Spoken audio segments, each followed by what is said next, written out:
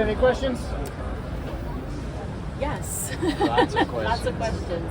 So the price point on this was just under $6? Yeah, I mean, as built, it's a little higher than that. It's 7. The way you see it. As built at 7? Yeah, I think this one's around 7. Okay. Fully enclosed kennel with a hard top. One single sailor if we need it to be? Yeah, but Okay. when you've got to adjust your code 0, your spinnaker, you're going down here. Okay. But your main and your soft tacking jib, everything is really good. Okay. What other questions do you have? I was listening to you talk about the long range. We want to be long range. So I think the 40's a little small. is that okay? It's not that the boat's too small, it's just that it's built for coastal cruising and having too many cabins and bathrooms. You know, so. Do you mind if I have video with you on it? Oh, sure. Do I have to like sound smart or? We have a, No. we have a YouTube channel, but Oh, it's a sure. small following. So Okay, yeah, no, I don't mind. We're mostly just. I always leave the show and forget everything that I learned at the show, and so. Yeah, no, it's good. Okay. So what size engines are these? 57 57s? Yanmars, and Right. you definitely want, on any catamaran, never get the smaller engines. Right.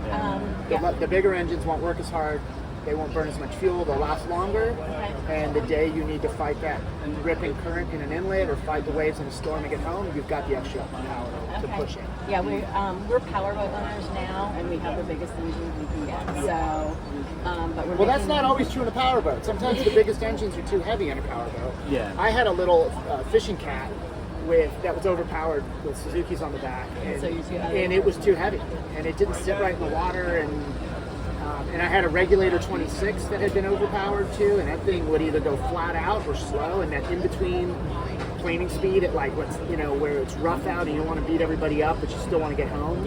It just wouldn't do it. We kept falling off the plane. So, Okay. Yeah. but on cats, you definitely want of the two options they give you, always get the bigger engine. Okay. So- that was my plan also. Is it more common for the newer boats to have the bigger alternators or a generator? No, these were all production boats.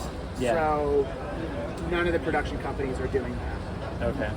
If you go to Balance, they'll sell you a boat with large alternators, and it's something called an integral system that's really cool. Yeah. And what they've done is got away from the full electric model or the generator, and they're using the drive engines as generators. Right. With those large alternators, computer programmed, really cool system.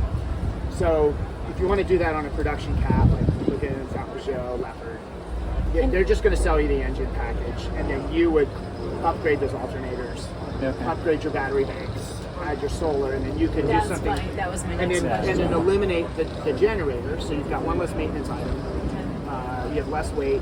At the end of the day, your expense is going to be about the same because generators aren't cheap, but solar farms and lithium not cheap either. Right. I think in the long run you'll be better off, but up front you're not saving any money up front. You're saving money in the long run. Yeah, I'm more want to save the fixing the generator. And the oil changes, Yeah. and the impeller, and the grass in it.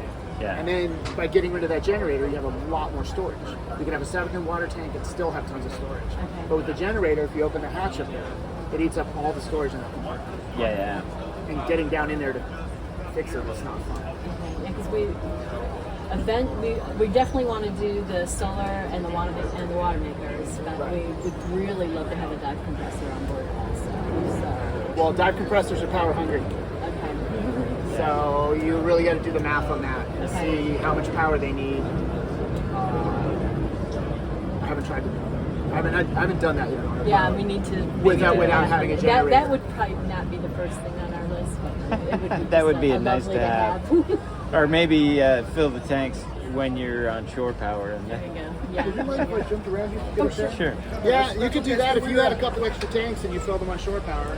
If you're hardcore scuba divers, that would get we're not annoying. hardcore. We're not hardcore. Well, then if you're going to have 4 or 6 tanks on board, That would probably do then us. you can fill them on shore power. Yeah. Hey, that slide's open, so you don't have to hit your head. Don't tell him that's what No, we you're like that. I was going to say, that was a little Did he forget to say I love you this morning? He only said it twice. Oh, man. All right, do you have any other questions? What's the production time? Just over a year, 13 months. Okay. On the 40 and the 42, you're looking at about a year. Okay. That works for us. Yeah. Where I'm more. But they're not. They're still worried about the supply chain this coming year. We just had a big meeting about it, and they said don't expect it to get better. They might ship boats with air conditioners that don't have control panels because the silicone chips are missing. Yeah. And same with the generators. They're worried about the control panels on the generators. So don't expect the supply chain to magically improve this year. They think it's going to be just as bad, if not worse. And boats might come partially finished. You might be faced with a choice of, hey, I want my boat, and there's no generator yet. Do you want to take it? Or do you want to wait? I'm in the automotive industry, so I you know that all too well. They told us, warn everybody right up front. We might be faced with this choice, like the boat's ready, but the AC's not in. I'm going to need AC. Yeah, I know. And then, so when I say 13 months, Okay. it might be 13 months, but the AC's not in the boat. Okay. what's the ballpark for, like, if we want to get in line for a boat? 10% deposit holds your boat, holds your build slot, and then you've got a couple of months to make your choices. Color, teak, options, 3 cabins, 4 cabins. You've got a few months to figure that out. Okay. 10% holds the boat for you, and that just holds your build slot. Then 90% is due 2 weeks before the boat goes in the water. So the boat will be finished in the shipyard, it'll be dry. They won't put it in the water until it's paid for. Okay. And then the final commissioning happens in the water. Yeah. Or you can put it on a cargo ship and have it delivered.